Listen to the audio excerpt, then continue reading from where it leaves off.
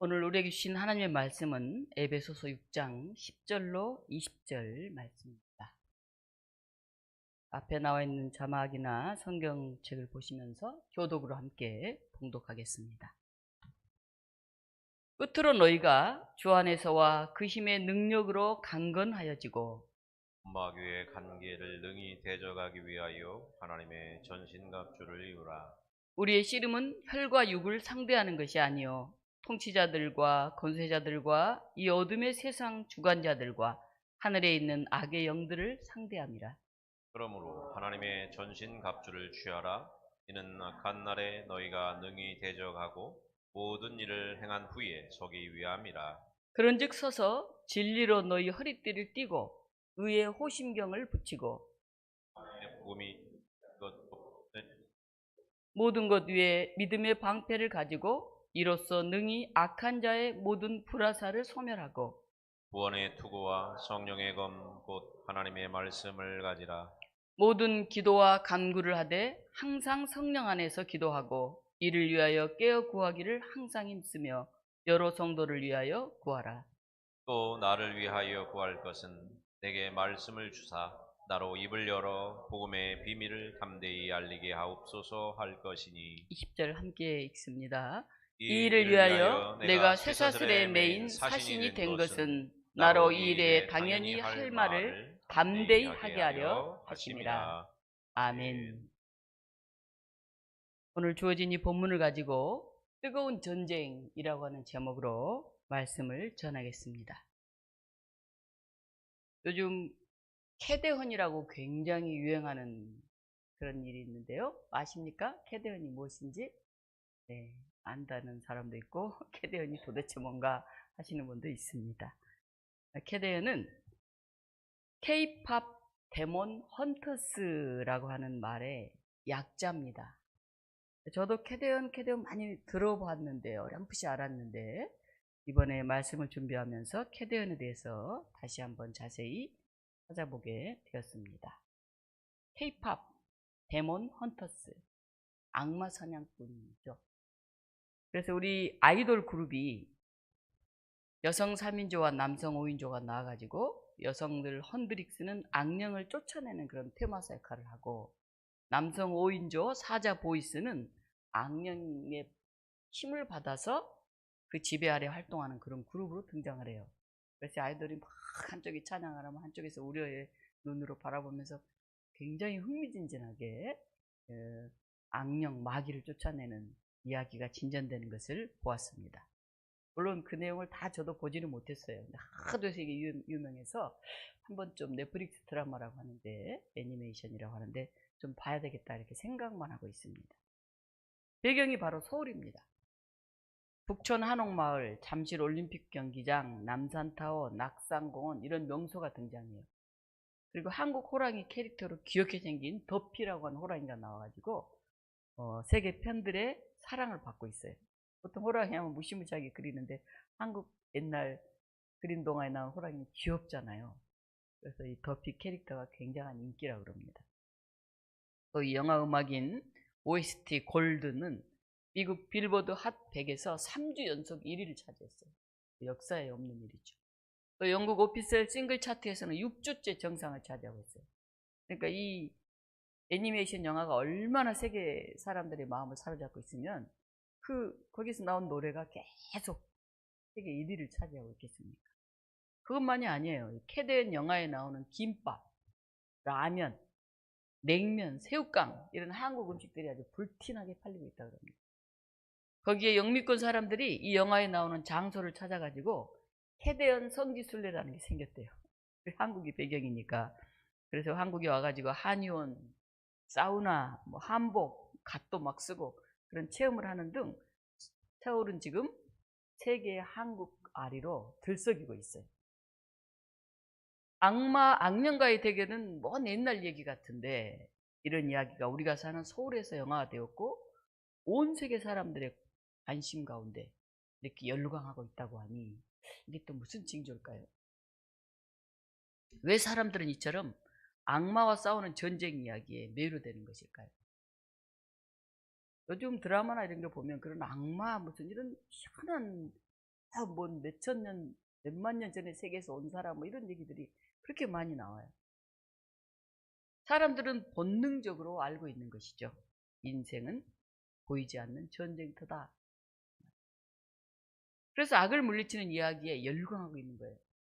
우리 속에도 악의 그런 어떤 힘들이 계속 있잖아요.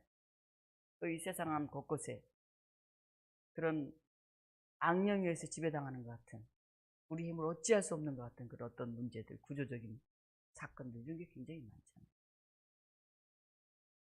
사도 바울은 오늘 이렇게 말씀합니다. 에베소서 6장 12절이에요. 우리의 씨름은 혈과 육을 상대하는 것이 아니요 정사와 권세와 이 어두움의 세상 주관자들과 하늘에 있는 악한 영들을 상대합니다. 우리의 전쟁. 여기서 씨름이라고 하니까 간단하게 보이는데 이 씨름은 레슬링처럼 딱 붙잡고 하는 이런 씨름을 말해요. 그러니까 멀리 있는 그런 얘기가 아니라 바로 우리 삶 속에 언제나 우리와 가까이 있는 그런 전쟁이라는 얘기죠. 그것은 혈과 육, 이렇게 눈에 보이는 어떤 사람 이런 걸 상대하는 게 아니라는 거예요. 그 너머에 있는 어둠의 세상 주관자들, 하늘에 있는 악령들, 그것과의 투쟁이다. 우리는 너무 자주 싸움의 대상을 눈에 보이는 사람으로 착각을 해요. 직장에서 성과와 승진에 매여서 동료를 막 경쟁자처럼 여기고 막 안 보여주고 막 이런 게 많죠. 부부가 싸울 때 저 사람 때문에 내가 불행하다 이러면서 배우자를 탓해요. 부모와 자녀 간에도 서로의 말이 통하지를 않아요. 막 갈등이. 아, 저 녀석 좋은 걸 가르쳐 주는데도 맨날 꼰대같이 그냥 그렇게 그냥 잔소리하고 나를 다 컸는데 잡으려고 하다니 서로 이해가 안 돼. 교회 안에서도 직분이나 사소한 의견 차이 때문에 서로 등을 돌려요. 요새 뭐 큰 교회 몇백 명 모이는 교회가 계속된 한 10여 년 이상의 갈등으로 몇십 명으로 떨어지는 이런 일들이 비일비재합니다. 그러나 성경은 말합니다. 그 사람은 적이 아닙니다. 사람은 사랑해야 할 대상이고 진짜 싸움은 그 사람 뒤에 있는 그 배후에서 우리의 관계를 무너뜨리고 우리의 마음을 어둡게 하고 공동체를 흔드는 보이지 않는 그런 악한 세력이라고 이렇게 바울은 이야기하고 있습니다. 러시아의 대문호 레오 톨스토이는 참회라고 해서 이런 말을 했어요. 굉장히 그는 부자로 부유한 집안에서 태어났잖아요. 지주의 아들. 나는 모든 것을 가졌지만 살아야 할 이유를 잃었다. 그렇게 고백했어요. 글도 굉장히 잘 썼죠. 그래서 명성도 있었고 돈도 있었고 가족도 있었는데 그의 영혼을 무너뜨린 것은 외부의 어떤 적이 아니고 의미를 빼앗아가는 그런 절망의 세력이었어요. 사는 게 별 의미가 없는 거예요. 성공했는데 부러울 게 없는 것 같은데 그런 굉장히 절망스러웠던 거예요. 그래서 이 싸움은 사람이 아니라 우리 영혼을 무너뜨리는 보이지 않는 그런 세력과의 싸움이라는 거예요. C.S. 루이스는 스크루지의 편지에서 이렇게 말했어요. 사탄의 전략을 설명했는데 사람들로 하여금 싸움의 대상을 잘 못 보게 만든다는 거예요. 사탄. 진짜 싸워야 할 대상을 못 보게 만들어서 이웃을 미워하고 가족을 적으로 만든다는 거예요. 그런데 진짜 적은 사람이 아니라 그 배후에서 분열과 미움을 심는 그런 어떤 힘들이라는 거예요. 성경 속에서도 영적 전쟁이 굉장히 많이 나옵니다. 우리는 가인의 동생 아벨을 알잖아요. 하나님께 드리는 제물을 누가 받느냐 하는 문제로 가인은 동생 아벨을 경쟁자로 보면서 쳐 죽였죠. 사울왕은 다윗을 경쟁자로 생각하면서 이 다윗을 제거하려고 하다가 오히려 그의 인생이 무너졌습니다. 하나님께서 베풀으신 은혜를 잊고 이 다윗만 없애면 내 왕자가 영원하리라 이렇게 생각했는데 착각이었죠. 결국 그는 전쟁에서 패배하고 실패한 그런 왕이 되었습니다. 그러나 다윗은 사울 왕이라고 하는 그 사람을 본 것이 아니라 그 사람 배후에서 역사하는 악령을 보았어요. 그래서 사울을 죽일 기회가 있었는데도 사울을 죽이지 않았어요. 사무엘상 16장 14절에 보면 여호와의 영이 사울에게서 떠나고 여호와께서 부리시는 악령이 그를 번뇌하게 한지라 이렇게 나와 있어요. 다윗은 수금을 타면서 악령들을 쫓아냅니다. 사무엘상 16장 23절이에요. 하나님께서 부리시는 악령이 사울에게 이를 때 다윗이 수금을 들고 와서 손으로 탄즉 사울이 상쾌하여 낫고 악령이 그에게서 떠나더라. 다윗은 사람 배후에 있는, 아니 어쩌면 그 사람 내면에 있는 그 무시무시한 어떤 영적 존재를 알았죠. 그래서 자신을 죽이려고 창을 던지고 특공대를 조직해 자기를 쫓아온 그 사울 왕을 죽일 기회가 있었어도 죽이지 않았어요. 그 근본적인 이유는 사울이라는 사람 하나 미워해서 죽인다고 그게 다 끝나는 게 아니라는 걸 안 거죠. 그 배후에 있는 악한 사탄의 존재, 거기에 더 비중을 두었기 때문이죠. 그는 사울 왕을 죽인다고 문제가 해결될 것이라고 생각하지 않았어요. 오늘날도 그렇잖아요. 권력자를 죽이고 권력자를 물리치고 또 권력을 잡는다고 해서 문제가 다 해결되지는 않잖아요. 심지어는 더 나쁜 권력자가 힘을 갖기도 하잖아요. 예수님께서는 십자가에 달려 죽었다가 3일 만에 부활할 것이라고 얘기를 하셨습니다. 그러니까 베드로가 깜짝 놀라가지고 예수님 막 붙들고 그렇게 하지 말라고, 안 된다고 막 항변을 했어요. 그때 예수님이 어떻게 하셨습니까? 베드로의 그 뒤에 있는 그 내면 깊은 곳에 있는 사탄의 존재를 보셨어요. 사탄아, 내 뒤로 물러가라. 너는 나를 넘어지게 하는 자로다. 내가 하나님의 일은 생각하지 아니하고 도리어 사람의 일을 생각하는도다. 호통을 치셨죠. 마태복음 16장 23절이죠. 그렇습니다. 우리의 전쟁은 사람과의 전쟁이 아니에요. 우리 엄마는 왜 그럴까? 이 자식은 왜 그럴까? 이렇게 사람을 보면 안 돼요. 그 사람 배후에, 그 사람 너머에 있는 그 영적 그 세력들을 보아야 돼요. 영적 전쟁을 우리는 하고 있는 거예요. 그래서 영적 눈을 가진 사람, 영적 눈을 뜬 사람만이 진짜 싸움을 할 수 있어요. 안 그러면 눈에 보이는 그냥 사람들하고만 맨날 싸우는 거죠. 더 근본적인, 더 본질적인 그걸 보지 못하고 말이죠. 우리는 지금도 불화살 앞에 서 있습니다. 수많은 화살들이 지금 날라오고 있어요. 전쟁이에요. 전쟁. 사는 게. 직장 가도 전쟁이고 상사와도 전쟁이고 동료들과도 참 이거 얘기를 다 해야 되는지 말아야 되는지, 부모와 자식 간에도 전쟁이고, 요즘 정말 어마어마합니다. 부모와 자식 간의 갈등이. 심지어는 부부 간의 갈등도 너무너무 심해요. 에이씨, 혼자 사는 게 좋겠다. 그래가지고 혼자 사는 사람들이 30%를 이제 넘어서고 40%에 육박한다고 그러잖아요. 조금 있으면 두 집 가운데 한 집은 혼자 사는 사람들일 것 같아요. 너는 실패자야. 이런 절망의 불화살이 우리 곁으로 다가오고 있어요. 하나님은 널 버리셨어. 그런 의심의 불화살이 우리 곁에 날아들고 있어. 저 사람 너의 적이야. 저 사람 이겨야 네가 성공해. 이런 분열과 경쟁의 불화살이 수없이 날아와서 우리 가슴을 막 찌릅니다. 1986년에 체르노빌에서 온전히 폭발했어요. 소방관들은 방사성의 위험을 알면서도 불길 속으로 막 뛰어들었어요. 그 놔뒀다가는 이 나라가 다 쑥대밭이 되는 거예요.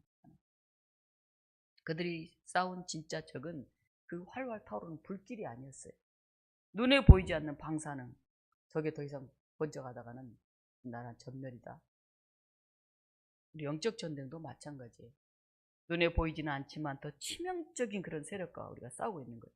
눈앞에 불만 보면 안 돼요. 더 무시무시한 그 뒤에 힘들을 봐야 돼요.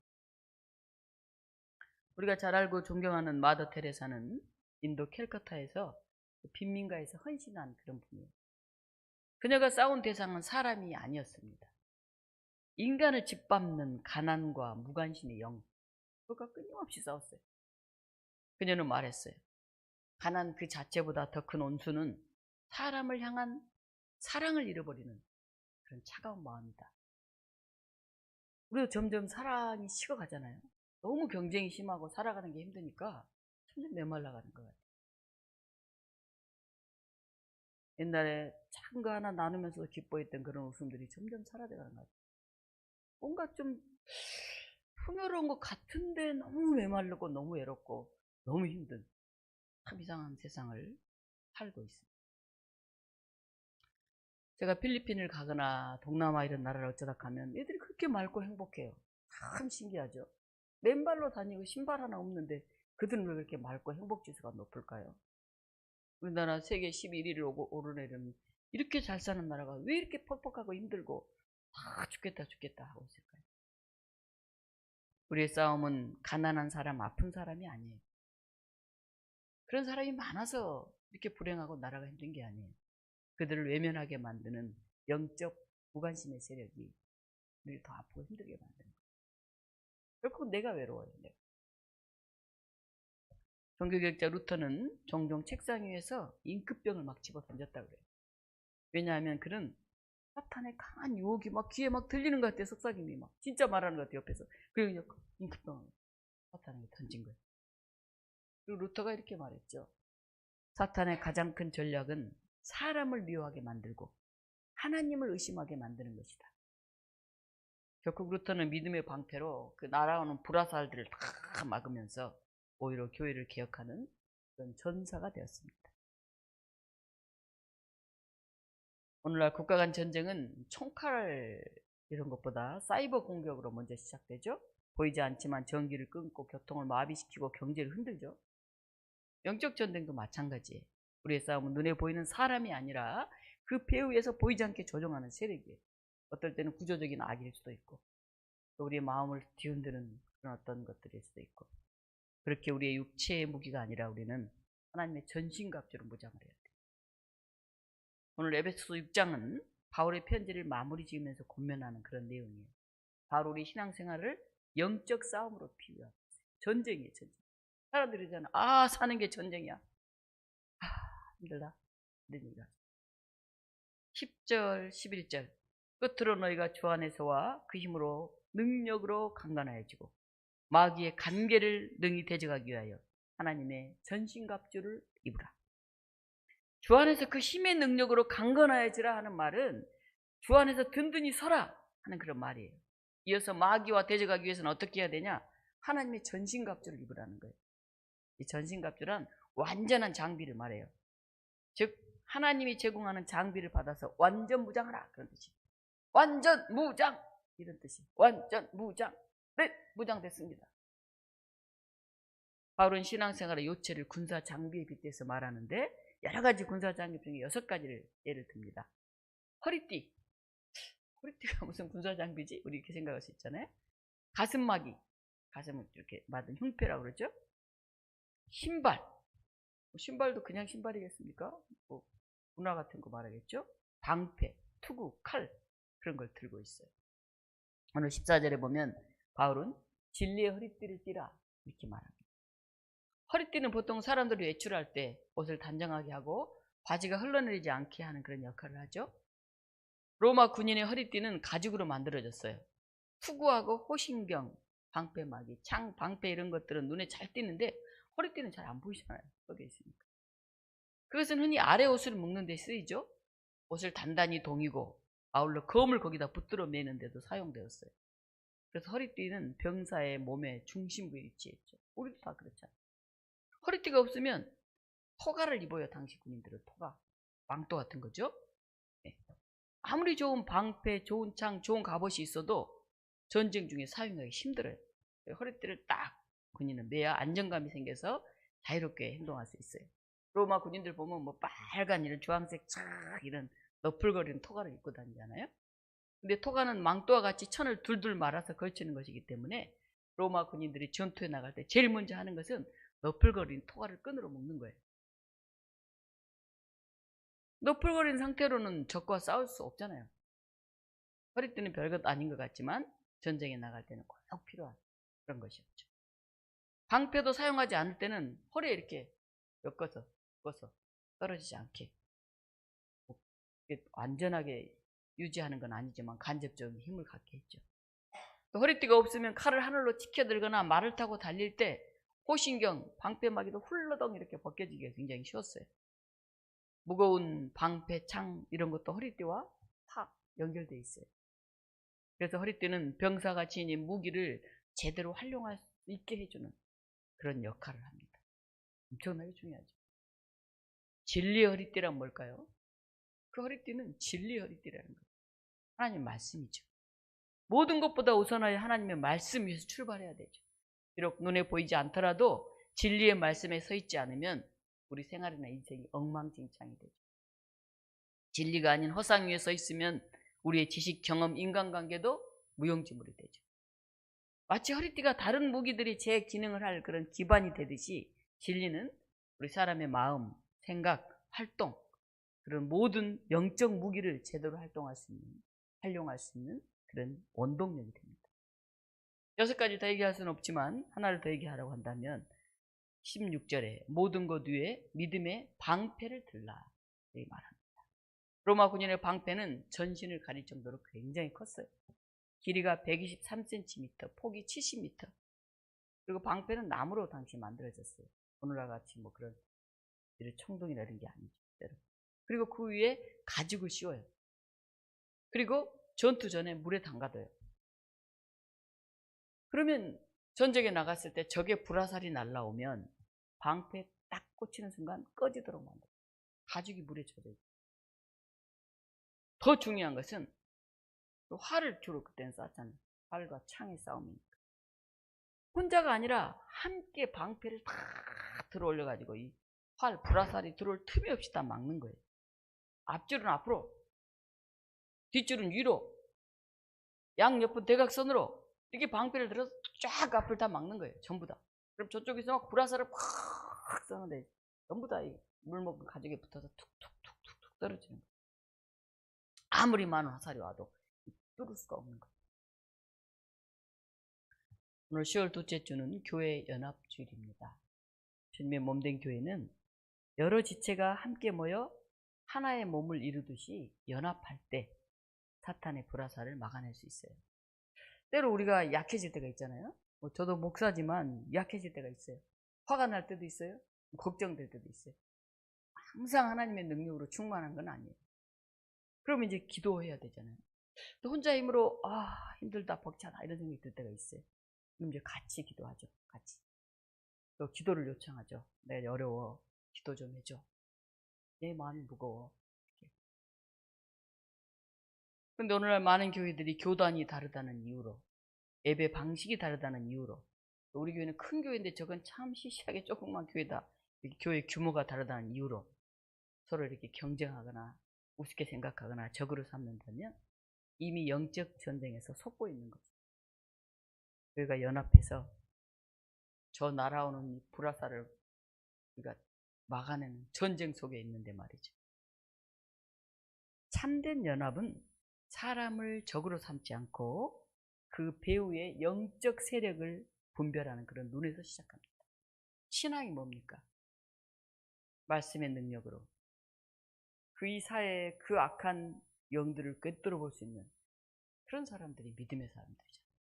그리고 혼자 힘으로 안 되니까 연합해서 기도하면서 같이 힘을 얻잖아요.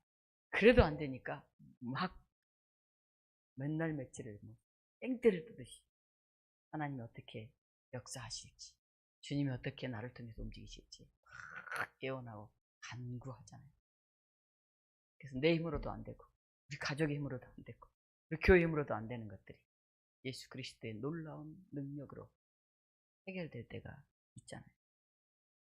그걸 아는 사람들이 믿음의 사람들입니다. 오늘 18절에서 항상 성령 안에서 기도하라. 너무 어려운 것 같아요. 항상 기도하는 게 참 힘들고 성령 안에서 기도하는 것도 참 힘들고 그냥 생각날 때마다 내가 필요한 건 내 식으로 기도하는 것이 우리의 수준이죠. 18절 모든 기도와 간구를 하되 항상 성령 안에서 기도하고 이를 위하여 깨어 구하기를 항상 힘쓰며 여러 성도를 위하여 구하라. 항상 성령 안에서 우리가 아니라 여러 성도를 위해서 구하라. 바울은 그렇게 얘기하고 있습니다. 항상이 뭘까요? 어느 시간에서나 라는 뜻이죠. 데살로니가전서 5장 17절 쉬지 말고 기도하라와 같은 뜻이에요. 기도할 수 없는 시간이라는 건 없어요. 밥하면서도 기도할 수 있어요. 그자부터 화장실에 가서도 기도할 수 있어요. 차 타고 가면서도 기도할 수 있어요. 기도할 수 없는 시간은 없어요. 우리가 기도를 잊고 있거나 안 하는 거죠. 그러나 모든 기도는 항상 성령 안에서 해야 돼요. 다시 한번 생각해야 돼요. 이 기도가 예수님이 원하시는 것일까? 이 기도가 하나님의 뜻에 합당한 것일까?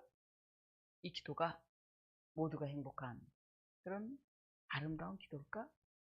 아니, 나 돈 벌게 해주세요. 나 안 아프게 해주세요. 나 편하게 해주세요. 아니, 성령 안에서 하는 것 같지 않는데? 그냥 내 필요를 다 구하는 그런 기도가 아니었을까? 한번 우리가 돌아봐야 돼요. 우리는 성령과 동행하는 상태에서 기도를 드려야 됩니다. 왜냐하면 우리는 항상 악한 영들과 맞서 있기 때문이에요. 저 사람 때문이가 아니라 그 사람 뒤에 있는, 그 사람 안에 있는, 그 사람을 둘러싸고 있는 그런 악한 영들과 우리는 맞서 있기 때문에 만만치 않아. 그 사람 하나 툭 무너뜨리면 없어진 게 아니에요. 또 다른 사람이 그 자리에 와서 또 그 일을 하고 있어요. 성령으로 함께 할 때만이 악한 영들을 제어할 수 있습니다.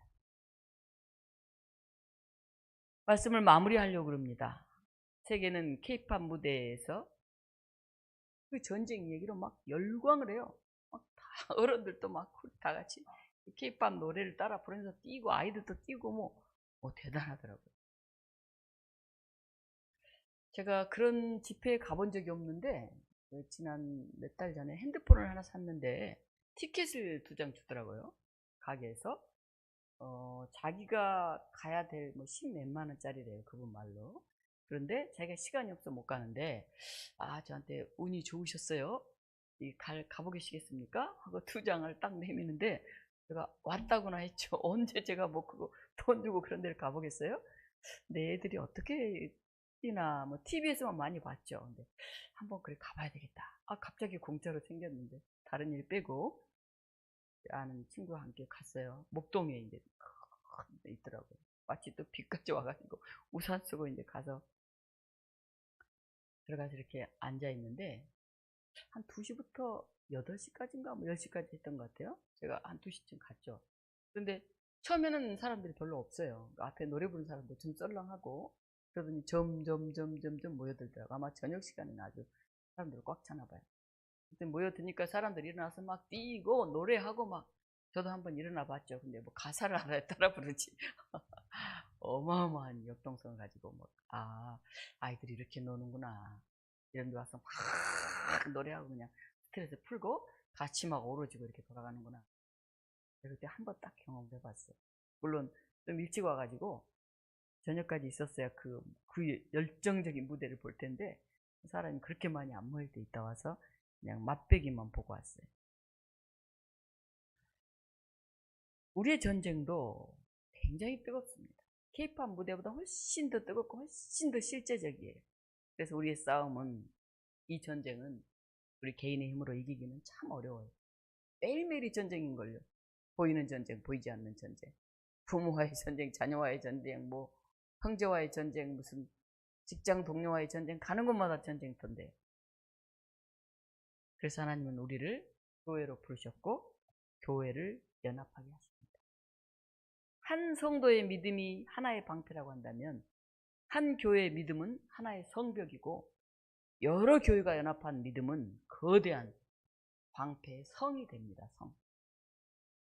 오늘 우리가 기억해야 할 것은 우리 한 사람 한 사람이 교회가 되고 교회와 교회가 서로 연대할 때 이 땅의 어두움의 권세를 물리칠 수 있습니다. 우리가 흩어지면 불화살에 노출되지만 언제 불화살에 맞아 쓰러질지 모르지만 연합하면 위로, 밑으로, 옆으로 다 막아서 어떤 공격도 뚫을 수 없는 방패벽이 세워집니다. 사랑하는 독립교 여러분, 그동안 7, 8월 고생하셨습니다. 수고하셨습니다. 이제 그래도 9월이 오니까 조금 서늘하네요. 아침, 저녁으로. 그렇죠? 아직도 그래 덥긴 하지만 오늘 교회 연합주일에 여러분 한 사람 한 사람이 살아있는 하나님의 성전됨을 회복했으면 좋겠습니다. 내가 이 영적 전쟁에서 승리하는 하나님이 찜한 하나님의 성전이야. 이런 고백이 다시 있었으면 좋겠습니다. 우리가 혼자 힘으로 힘든데 그냥 하루하루 버티면서 지쳐 곧 쓰러질 것 같은데 하나님의 전신갑주를 입고 우리가 하나 되어 나갈 수 있었으면 합니다. 한국교회, 세계교회가 주 안에서 하나 되어서 K-팝보다 더 뜨거운 영적 전쟁에서 승리하기를 간절히 기도합니다. 저와 여러분은 우리는 패배자가 아니라 믿음의 전사다 하는 것을 다시 되새겼으면 합니다. 이 시간 우리 주어진 말씀을 생각하면서 우리 뜨거운 전쟁 가운데 있잖아요. 여름이 지났지만 가을이 왔지만 여전히 우리 안에 불안하고 초조하고 뭐 우리 집안의 문제, 교회 문제, 뭐 사회 문제, 정치 문제, 뭐 머리가 어지럽잖아요. 심지어 막 미국에서 멀쩡한 사람들을 막 수갑을 채워서 그냥 집어넣질 않나. 야, 이 작은 나라가 이렇게 억울하고 분통하고 수치스럽나 이런 생각까지 드는데 어떻거나 이 뜨거운 전쟁과 같은 세상에서 승리하게 달라고 함께 기도했으면 좋겠습니다. 우리 잠시 묵상으로 기도하겠습니다.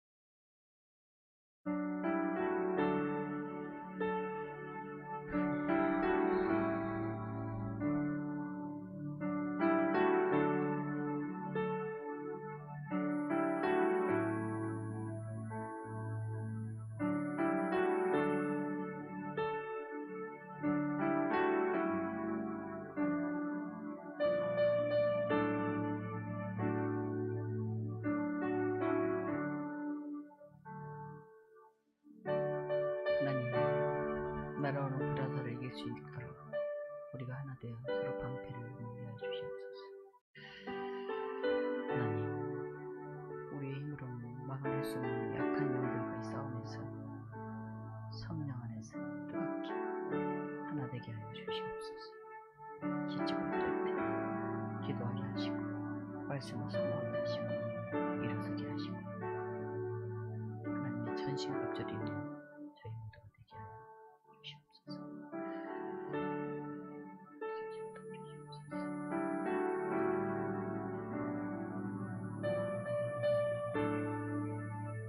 승리의 주님, 오늘 이 힘들고 어려운 전쟁 가운데서도 우리가 영적인 거대 악과의 싸움에서 지치고 힘들 때도 하나님의 능력에 힘입어 다시 일어나는 저희 모두가 되게 하여 주시옵소서. 항상 기도하게 하시고 성령 안에서 기도하게 하시고 하나님의 전신갑주를 입을 수 있는 저희들이 되게 하여 주시옵소서. 오늘 우리에게 다가오셔서 위로하시고 격려하시고 새롭게 세우시고 또 새로운 비전을 주시는 우리 주 예수 그리스도 이름으로 기도하옵나이다. 아멘. 찬송가 330